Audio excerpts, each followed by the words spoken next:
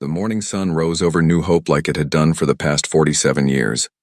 Governor Sarah Chen stood at her office window, watching the golden light paint the terraformed landscape. The colony had grown beyond anyone's dreams.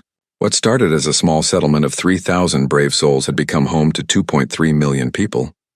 Children played in parks, scientists worked in laboratories, families built lives under alien stars. Sarah's daughter Maya rushed into the office, her school bag bouncing against her back. The 12-year-old girl had her mother's dark eyes and her father's bright smile. "Mom, I finished my essay," Maya said, holding up her tablet. "Want to read it before I submit?" Sarah took the device and read the title, "Why Humans and Aliens Can Live Together in Peace." She smiled at her daughter's optimism. Maya had grown up knowing only peace. She had never seen war, never witnessed hatred between species. To her, the universe was a place of endless possibility. "It's beautiful, sweetheart," Sarah said, hugging her daughter. "Your teacher will love it." Maya beamed and ran off to catch her school transport. Sarah watched her go, feeling the weight of responsibility that came with being a mother and a governor. She had promised these people safety. She had promised them a future. Across the colony, Chief Engineer Marcus Webb was inspecting the fusion reactors that powered New Hope's cities. The massive structures hummed with controlled power, each one a testament to human ingenuity. Marcus had been with the colony since the beginning. He remembered when they first landed on this world, when it was nothing but rock and thin atmosphere. Now, after decades of terraforming, it breathed like Earth. His communicator beeped. It was his wife, Helen, reminding him about their anniversary dinner. 30 years together, 20 of them spent building this colony. He smiled and sent back a quick message promising he would be home early. The day proceeded like any other.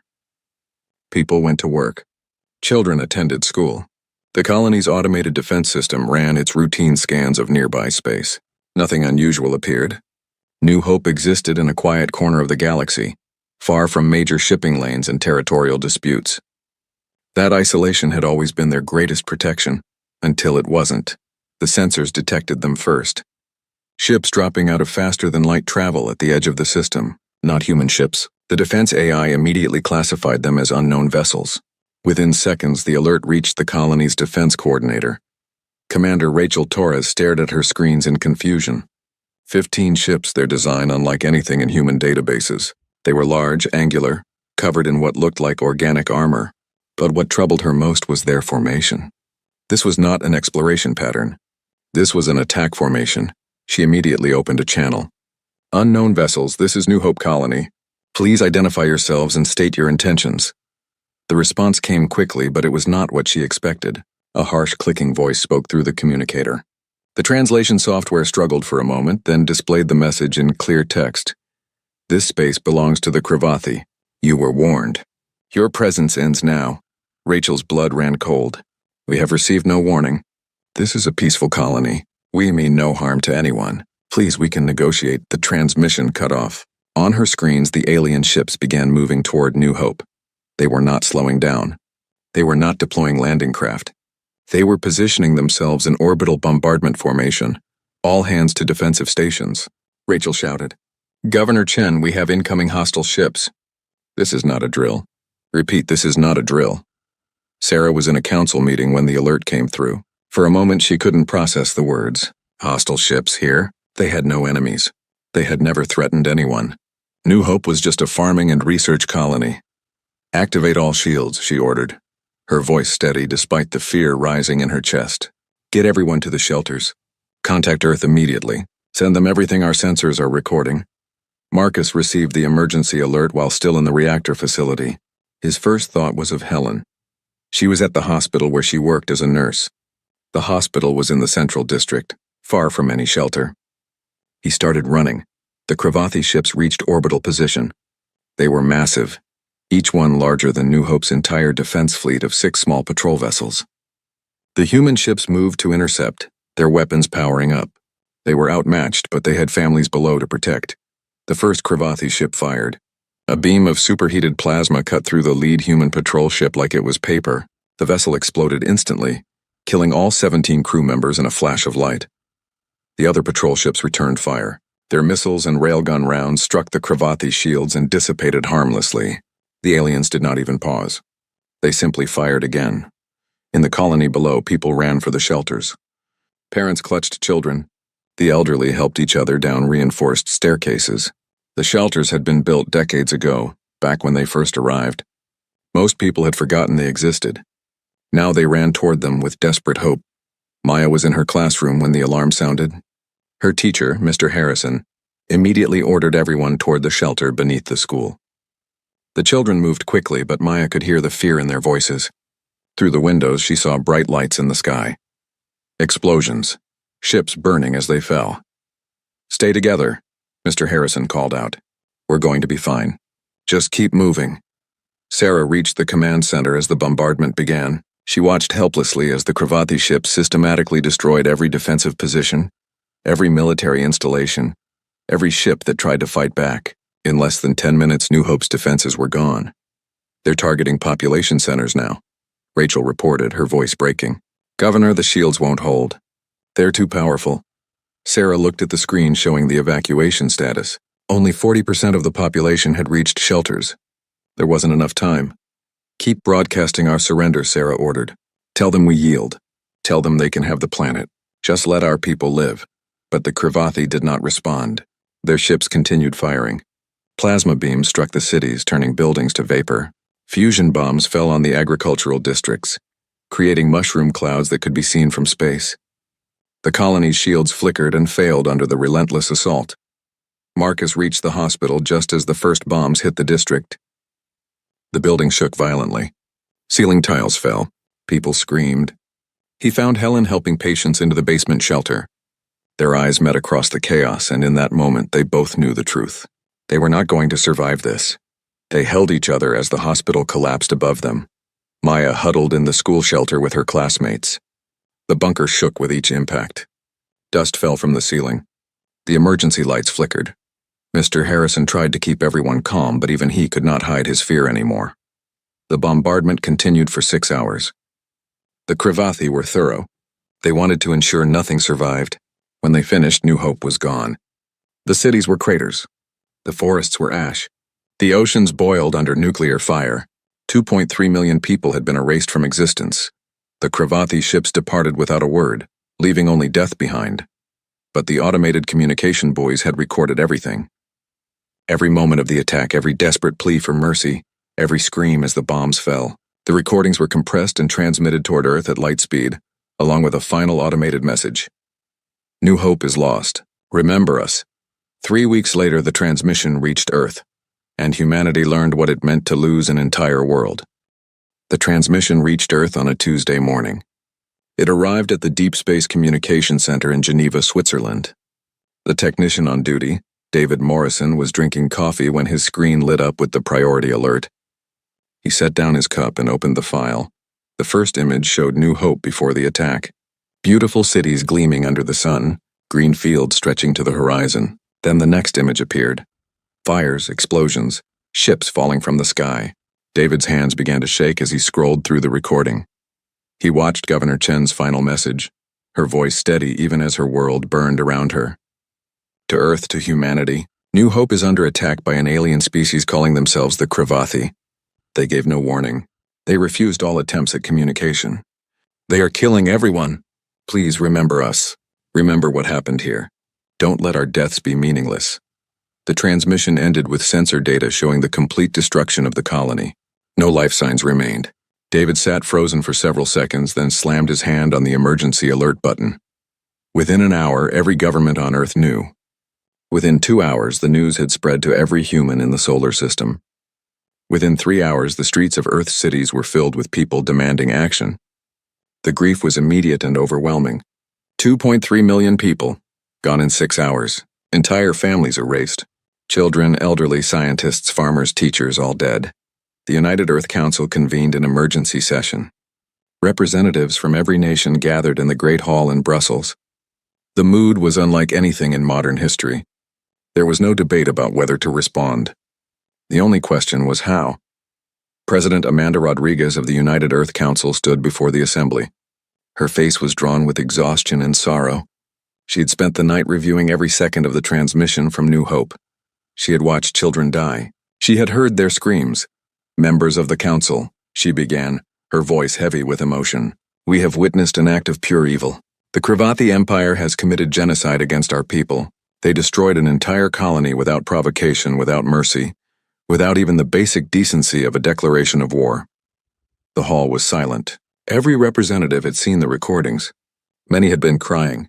Some looked ready to explode with rage. We have attempted to contact the Kravathi through all available channels, Rodriguez continued.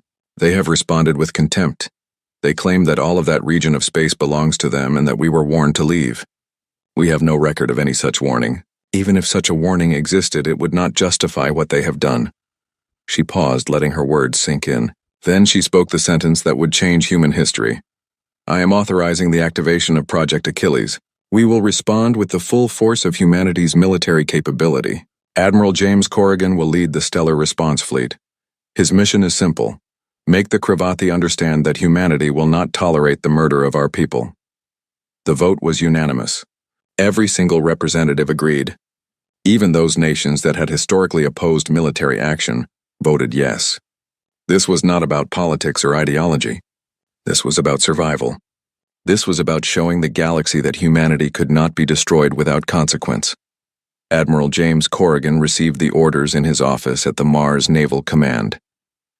He was a veteran of the border wars, a man who had seen combat against pirates and raiders. But this was different. This was total war against an alien empire. He assembled his command team immediately.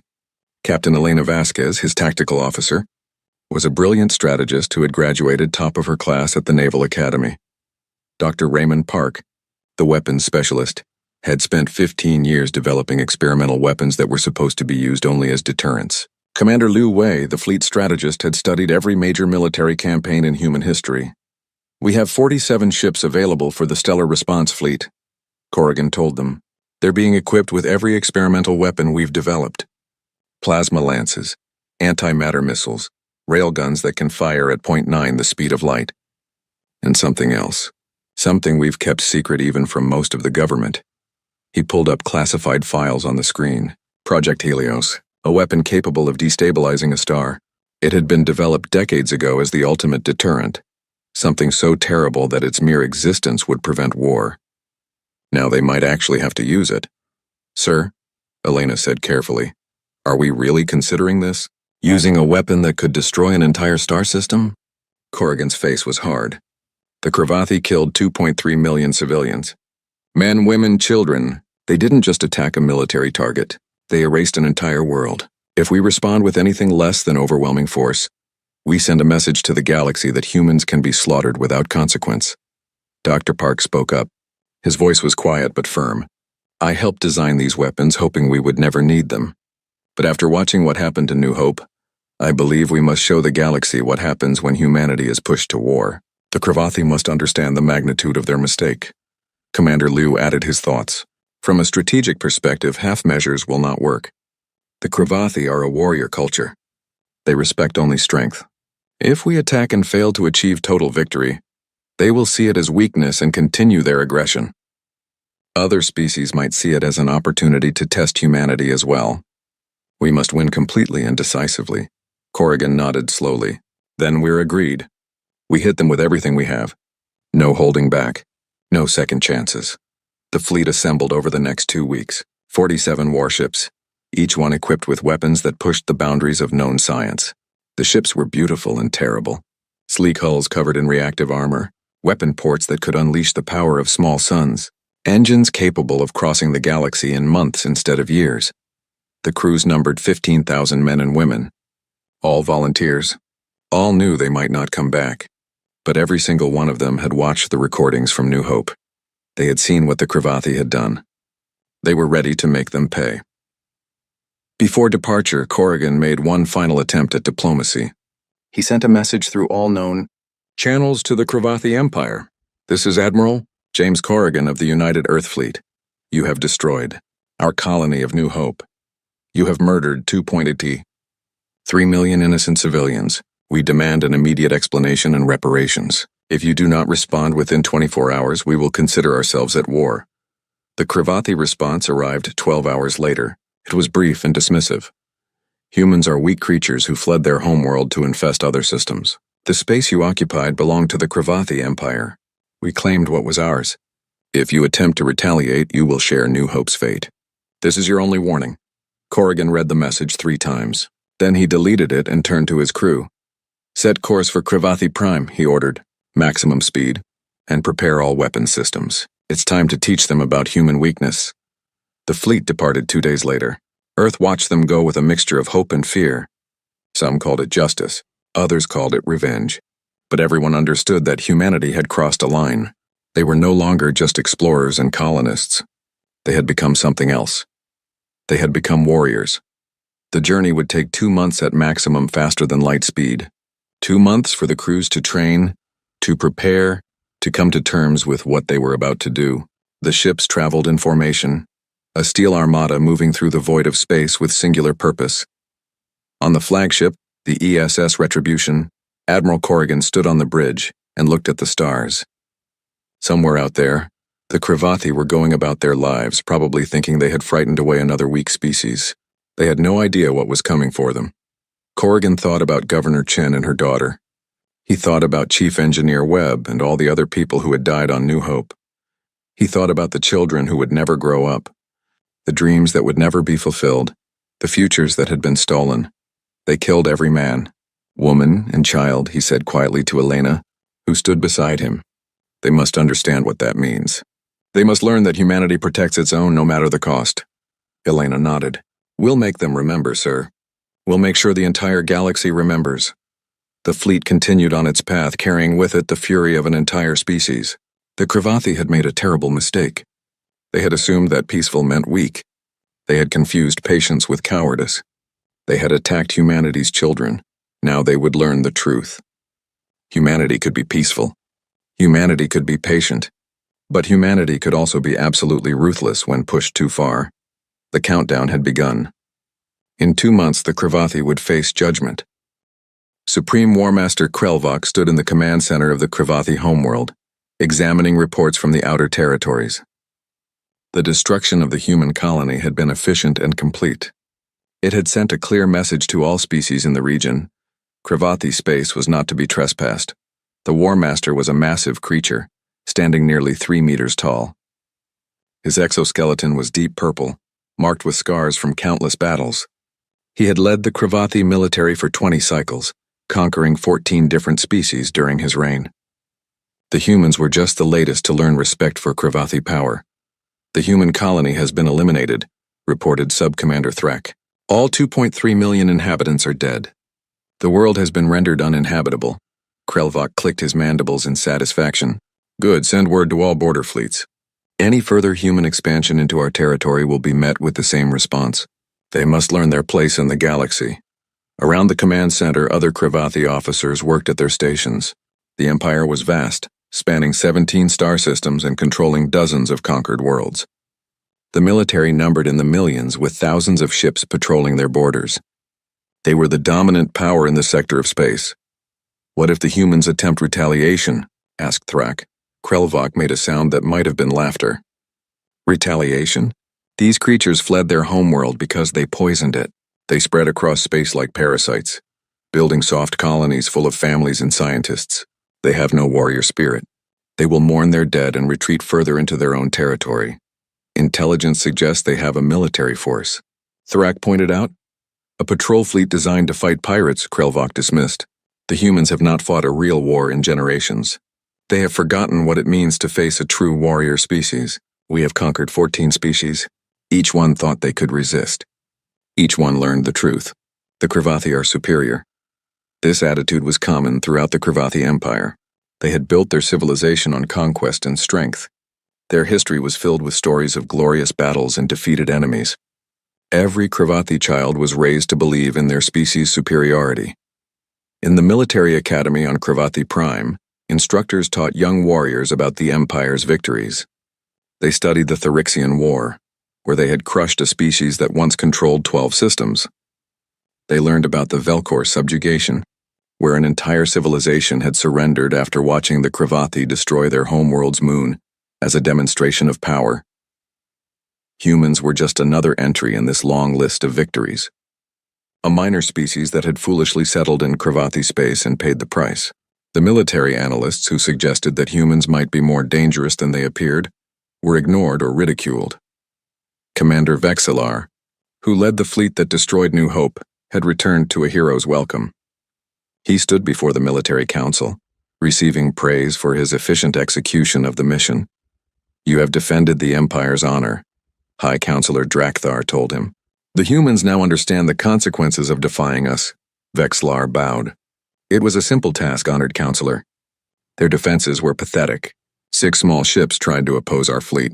We destroyed them in minutes. The colony shields failed almost immediately under our bombardment. It was hardly worthy of being called a battle." "What of human capabilities?" asked one council member. "Did they demonstrate any advanced technologies?"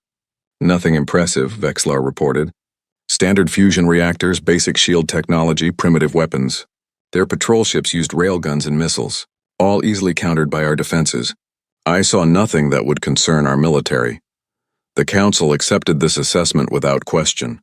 It confirmed what they already believed. Humans were weak, unprepared for real warfare. The matter was considered closed, but not everyone in the Kravathi Empire was so confident. Intelligence Coordinator Shalrix had been studying human transmissions and records for years. She knew things that the military leadership did not want to hear.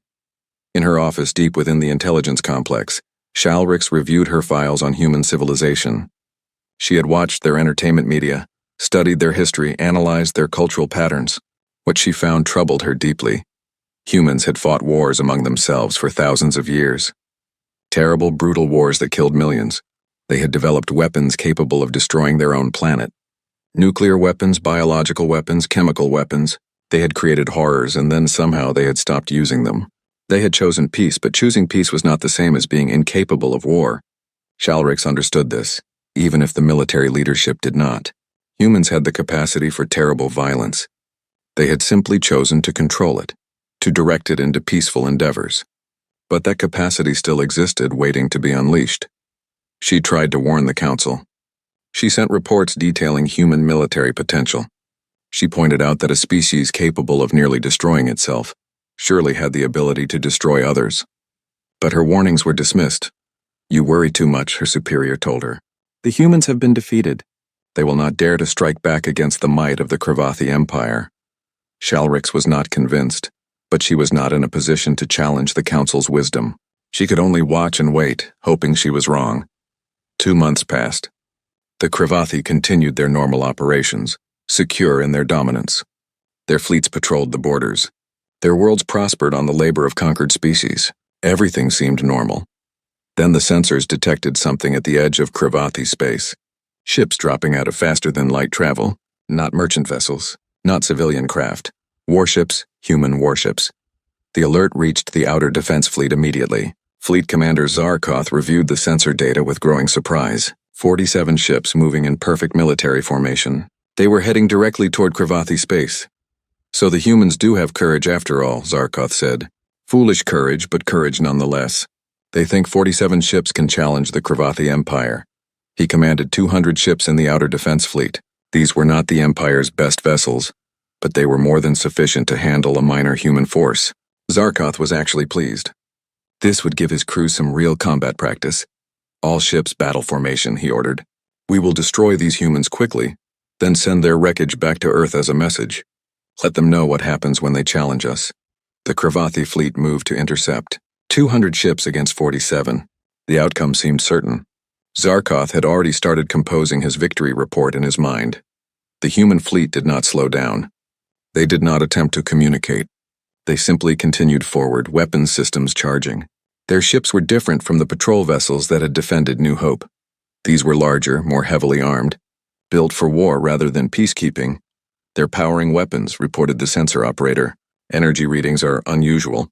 I've never seen signatures like this." Zarkoth felt the first hint of unease. "All ships raise shields. Prepare to fire on my command." The 2 fleets closed to weapons range. The Kravathi opened fire first, launching thousands of plasma missiles toward the human formation. It was a devastating barrage, enough firepower to destroy a small moon. The human ships activated their point defense systems. Laser grids lit up space, intercepting the missiles before they could impact. The few that got through struck the human shields and dissipated harmlessly. The human fleet did not even slow down. Impossible, Zarkoth breathed. Return fire. All weapons.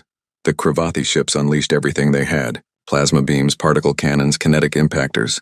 The space between the fleets became a storm of destructive energy. Then the humans fired back. The plasma lances cut through space at near light speed. They were coherent beams of superheated matter, focused to a point of incredible intensity. They struck the Kravathi shields and burned through them like they were not even there. Ships exploded as the lances punched through their hulls. The railgun volleys came next. Projectiles accelerated to 0.9 the speed of light. When they hit, they released kinetic energy equivalent to nuclear weapons. Entire Kravathi ships were torn apart by single impacts. In less than 5 minutes, 50 Kravathi ships were destroyed. In 10 minutes, 100 were gone. The human weapons were beyond anything the Kravathi had encountered before. Every shot was precisely aimed. Every hit was devastating. There were no wasted attacks, no missed shots. Zarkoth watched his fleet die around him. This was not a battle. This was an execution. Retreat, he shouted. All ships, retreat to the homeworld. Sound the alarm. The humans are... A plasma lance struck his flagship. The bridge erupted in flames. Zarkoth's last thought was one of pure disbelief. How had they been so wrong? 14 minutes after the battle began, it was over. The entire Kravathi outer defense fleet was destroyed. 200 ships reduced to debris and radiation. The human fleet suffered 0 casualties. They had not even taken damage to their shields. On the ESS Retribution, Admiral Corrigan watched the aftermath with cold satisfaction. Continue toward Kravathi Prime, he ordered, and broadcast this message to their homeworld: we are coming. In the command center on Kravathi Prime, War Master Krelvok stared at the reports in horror. The news of the outer fleet's destruction spread through Kravathi Prime like wildfire. What had begun as confident dismissal of human capabilities had transformed into growing panic. Supreme War Master Krelvok stood before the military council, his mandibles trembling with rage and fear. How is this possible? High Counselor Drakthar demanded. 200 ships destroyed in minutes? By a species we believe to be weak? Krelvok had no good answer. The humans possess weapons far beyond what our intelligence suggested. Their technology is not primitive. It is advanced. Possibly more advanced than our own. Intelligence Coordinator Shalrix was summoned to the council chamber. She arrived with her files, her posture showing no satisfaction at being proven right. There was no room for pride when her entire species faced destruction. You tried to warn us, Drakthar acknowledged bitterly. Speak freely now. What do you know of these humans? Shalrix pulled up holographic displays showing human history. Humans have been at war with themselves for thousands of years. They developed weapons of mass destruction centuries ago. Nuclear bombs, biological weapons. They nearly destroyed their own world multiple times. But they stopped. They chose peace not because they were weak, but because they understood the cost of total war. She showed images from human conflicts, world wars that killed millions, cities reduced to rubble, the atomic bombings that ended their last global conflict. The council members watched in growing horror. They have been peaceful for generations, Shalrix continued, but that peace was a choice, not an inability. By destroying New Hope, we reminded them of what they are capable of. We awakened something they had put to sleep. Can we negotiate? Asked one council member. Can we offer reparations, territory, anything to stop this? Krelvok shook his head. I sent envoys when the human fleet entered our space. The human admiral's response was brief. New Hope had 2.3 million envoys. Where are they? He refused all attempts at communication. The council chamber fell silent. They had made a catastrophic mistake, and now they would pay the price. We still have 400 ships in the home defense fleet, Krelvok said, trying to project confidence he did not feel. We have orbital defense platforms, ground-based weapons. We will make them pay for every meter of space they take. But even as he spoke, he knew the truth. The humans had destroyed 200 ships without taking a single casualty. 400 more would not be enough. The human fleet approached Kravathi Prime systematically. They did not rush. They moved with the patience of predators who knew their prey had nowhere to run. Every ship maintained perfect formation. Every weapon system was primed and ready. On the ESS Retribution, Admiral Corrigan held a final briefing with his command staff. Captain Elena Vasquez, Dr. Raymond Park, and Commander Liu Wei gathered around the tactical display showing the Kravathi home system. The home defense fleet is positioning itself in orbit around Kravathi Prime, Elena reported. 400 ships plus 50 orbital defense platforms. Ground-based energy weapons are powering up. They're throwing everything they have at us. Their fleet composition? Corrigan asked. Mix of cruisers, destroyers, and dreadnoughts. The dreadnoughts are twice the size of our largest ships. Heavy armor, massive weapons arrays. They're formidable vessels. Liu Wei added his analysis. They're forming a defensive sphere around their homeworld. Smart tactics forces us to fight through multiple layers of defense. They're hoping to inflict enough damage to make us withdraw. Dr. Park spoke up, his voice quiet but firm. Admiral, we have the capability to end this quickly. Project Helios is ready. We could activate it now from this range. The Cravathi star would begin destabilization within hours. Corrigan was quiet for a long moment. Project Helios, the ultimate weapon.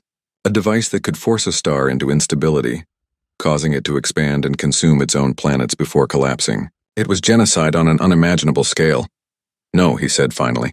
Not yet. We'll give them one chance. One final opportunity to understand what they've done. The human fleet entered the Cravathi home system. The defense fleet immediately opened fire. Space filled with plasma beams and missiles. The orbital platforms added their firepower, creating a wall of destructive energy between the humans and Cravathi Prime. The human ships activated their shields and pushed forward. The antimatter missiles launched first, each one carrying enough explosive power to vaporize a city. They struck the orbital platforms, punching through shields and armor. The platforms exploded in brilliant flashes of light. The Cravathi dreadnoughts pressed forward, their massive guns firing continuously. They were powerful ships designed to break enemy lines through sheer firepower. Against any other foe, they would have been devastating. Against humanity's plasma lances, they were targets. The lances burned through space, each shot perfectly calculated by advanced targeting computers. They found weak points in the dreadnought's armor, exploiting gaps in their shield coverage. One by one, the massive ships died, torn apart from within as their reactors exploded. The battle raged for 3 hours. The Cravathi fought with desperate courage, knowing they were defending their homeworld. Their crews followed orders even as death approached. But courage could not overcome technology. Determination could not stop plasma that burned at the temperature of stars. When it ended, the Cravathi home defense fleet was destroyed. 400 ships reduced to wreckage. The orbital platforms were gone. Cravathi Prime lay defenseless before the human fleet. On the planet below, billions of Cravathi watched the sky in terror. Their mighty empire, which had conquered 14 species, had been broken in a single day. The realization was almost too much to comprehend. Admiral Corrigan stood on the bridge of the Retribution, looking at the planet on his screens. Somewhere down there, families huddled together in fear. Children cried for parents. People wondered if they would see tomorrow, just like New Hope. Dr. Park, Corrigan said quietly, activate Project Helios. Park's hands moved across his console. Deep within the Retribution, the stellar manipulation device powered up. It was a marvel of physics, capable of sending precisely tuned gravitational waves across millions of kilometers of space. These waves would interact with the Cravathi star's core, disrupting the delicate balance of fusion reactions. Device active, Park reported, targeting the star's core. Destabilization sequence will begin in 1 hour unless we abort. Corrigan opened a channel that would broadcast to every receiver on Cravathi Prime and every ship in the system. When he spoke, his voice was cold and hard. People of the Cravathi Empire, you destroyed our colony of New Hope. You killed 2.3 million civilians without warning, without mercy, without justification. You believed we were weak. You believed we would accept this and do nothing.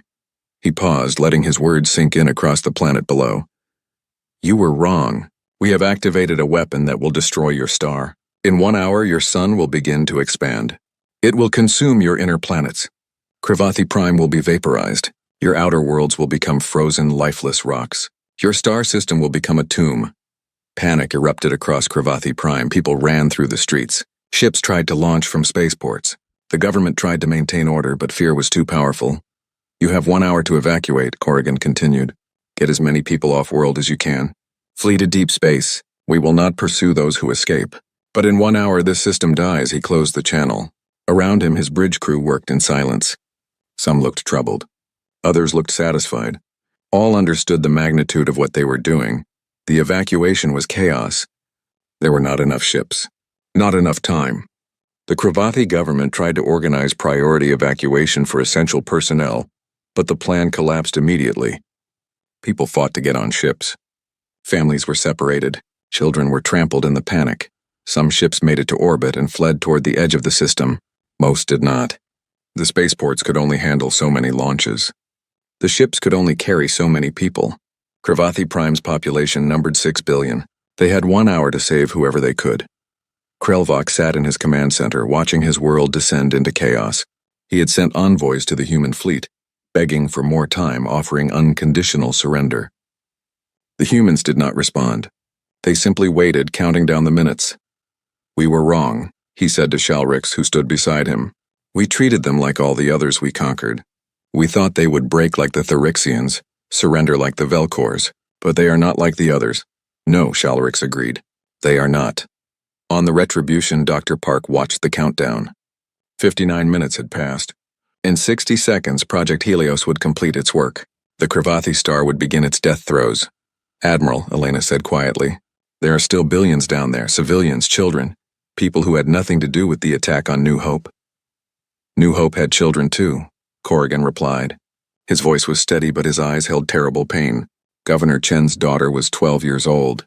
She wrote an essay about peace between humans and aliens. She believed in a better future. The Cravathi killed her along with everyone else.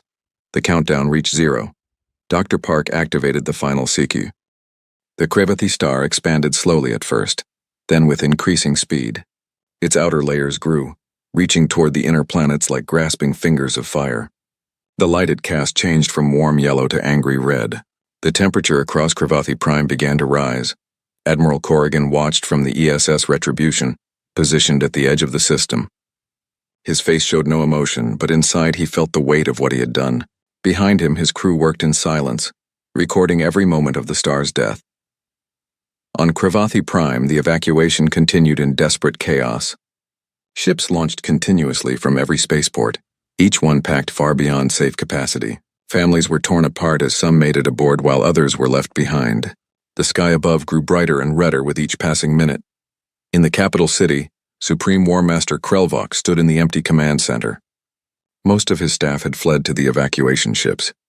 He had ordered them to go to save themselves. He remained because this was his responsibility. He had advised the Council to attack New Hope. He had assured them the humans were weak. Intelligence Coordinator Shalrix had also stayed. She stood beside Krelvok, watching the displays that showed the expanding star. "How many escaped?" Krelvok asked. "Perhaps 300,000, Shalrix replied. "From a population of 6 billion. The rest will die here." Krelvok's mandibles clicked in anguish. "We destroyed one of their worlds. They are destroying all of ours. Is this justice?" "They gave us an hour," Shalrix said quietly. "They could have activated their weapon without warning, as we did to them. They gave us a chance to save some of our people. I do not know if that is justice, but it is more mercy than we showed them." The temperature continued to rise. The oceans began to boil. The atmosphere grew thin as gases escaped into space. People who could not reach the ships went to their homes, to their families. If they must die, they would die together. In the human fleet, Dr. Raymond Park monitored the stellar destabilization. The process was proceeding exactly as predicted. The star would expand for several more hours, consuming the inner planets. Then it would collapse, potentially forming a neutron star or black hole. The entire system would become uninhabitable. "Admiral," Park said, his voice troubled, "it's not too late. We could reverse the process. Send counterwaves to restabilize the star. It would take time, but we could save—" "No," Corrigan interrupted. "We made our choice. The Cravathi made theirs. This is the consequence." Captain Elena Vasquez turned from her station. "Sir, we're receiving a transmission from the planet. It's from their military command. Put it through." Krelvok's image appeared on the screen. The War Master looked diminished, his exoskeleton dull, his movements slow. "Human Admiral," Krelvok began. "I am Supreme War Master Krelvok. I commanded the forces that destroyed your colony. The responsibility for this war lies with me. I ask nothing for myself. But there are still billions on this world. Civilians, children. They did not make the decision to attack New Hope. Please, if you have any mercy, stop this. Punish me. Punish our military, but spare the innocents." Corrigan looked at the War Master for a long moment. "Where was your mercy when you bombed New Hope? Where was your concern for innocence when you killed 2.3 million people? We were wrong, Krelvok said, and his voice broke. We believed you were weak. We treated you as we treated all others we conquered. We did not understand. We did not know. But our people do not deserve to die for our mistakes. Neither did ours, Corrigan replied. But they died anyway. Governor Sarah Chen tried to negotiate. She offered surrender. She begged you to stop. You kept firing. Her daughter, Maya, was 12 years old. She believed humans and aliens could live together in peace. You killed her for that belief. Krelvok lowered his head. Then we will die, all of us. The Kravathi Empire ends here. But know this, human. You have become what you fought against. You have committed the same crime you punish us for. No, Corrigan said firmly. We gave you an hour. We gave you a chance. You gave New Hope nothing. Remember that difference when you face whatever comes after death. He closed the channel. The bridge was silent. The Kravathi star continued its expansion. The inner planets were consumed first, simply vanishing into the growing stellar mass. Then the star reached Kravathi Prime. The atmosphere ignited. The oceans flashed to steam. The ground itself began to melt. The billions who remained looked up at the sky one final time. Some prayed. Some cursed. Some simply held their loved ones close. Then the fire came and Kravathi Prime ceased to exist. The outer planets were scorched by the expanding star's radiation. Their atmospheres were stripped away. Any Kravathi who lived there died within hours. The star continued to swell until it had consumed the entire inner system. Then, just as Dr. Park had predicted, it collapsed. The outer layers blew off in a brief but spectacular supernova remnant. The core compressed into a neutron star, a dense ball of matter that would spin in the darkness for billions of years. The Kravathi system was dead. Where once there had been 17 planets and billions of living beings, now there was only radiation, debris, and silence. Admiral Corrigan ordered the fleet to broadcast one final message. It would be transmitted on all frequencies, sent to every known civilization in the galaxy. This is Admiral James Corrigan of the United Earth Fleet. The Kravathi Empire attacked our colony of New Hope without provocation or warning. They murdered 2.3 million civilians. We responded by erasing their star system from existence. Let this be known across the galaxy: humanity seeks peace. We prefer negotiation to warfare. But to those who mistake our peace for weakness, witness what happens when we are pushed to war. We erased a star system. We can do it again. Choose wisely how you treat humanity. The message was transmitted and would reach other civilizations over the following weeks and months. The human fleet prepared to return home. But before they left, they did one last thing. The refugee ships carrying the 300,000 Kravathi survivors were gathered. The survivors expected to be destroyed to join their world in death. Instead, Corrigan opened a channel to them. Survivors of the Kravathi Empire, your government chose war. Your military chose genocide. You are what remains. We could kill you now. We could finish what we started. But we will not. You will live under human protection until you can find a new home. Perhaps you will remember that humans showed you mercy when your leaders showed us none. The Kravathi survivors were taken into custody by the human fleet. They would be transported to a neutral world, where they would be monitored but allowed to live. It was a strange mercy, born from humanity's struggle to remain human even in the midst of terrible revenge. The fleet returned to Earth 2 months later. They were greeted as heroes by some, as war criminals by others. The debate about whether the response was justified would continue for generations. Admiral Corrigan submitted his report and immediately requested retirement. He could not continue to serve knowing what he had done. In his nightmares, he saw the Kravathi star expanding, consuming worlds full of people who had never done anything to humanity. But he also saw Governor Chen's face. Maya's essay about peace, the recordings of New Hope burning. He did not know if what he had done was right. He only knew it had been necessary. The galactic response to humanity's actions was immediate and dramatic. Species that had been considering expansion toward human space immediately reversed course. Aggressive empires ceased all hostile activities near human borders. First contact protocols were urgently revised by dozens of civilizations. Humanity had proven that they could be peaceful, but they had also proven that they could be apocalyptic. The galaxy would not forget the lesson. 3 years after the destruction of the Kravathi system, a memorial was completed on Earth. It stood in Geneva, near the United Earth Council building. 2 walls of black stone faced each other. On one wall were carved the names of every person who had died on New Hope, 2.3 million names. On the other wall was a single inscription: "They believed in peace. We failed them. We will not fail again." The Cravathi survivors had been resettled on a world in neutral space. They numbered just over 200,000 now. Many had died from grief and despair in the years following the destruction of their home, but others had begun to rebuild, to create a new culture from the ashes of the old. They erected their own memorial. It bore the names of the 6 billion Cravathi who had died, and beneath those names they carved a warning in their own language and in human script. We believed we were strong. We learned we were fools. May no other species repeat our mistake. Admiral Corrigan stood before the memorial on Earth on the 5th anniversary of New Hope's destruction. He came every year, needing to remember, needing to feel the weight of what had been done. He touched the stone where Maya Chen's name was carved, the 12-year-old who had believed in peace, whose death had sparked a war that erased a star system. "I'm sorry," he whispered. "We avenged you. But I don't know if you would have wanted this. I don't know if any of this was right." The wind blew across the memorial plaza. Corrigan stood in silence, bearing witness to the cost of violence, of revenge, of the terrible mathematics of war. Thank you for watching, and comment for next part.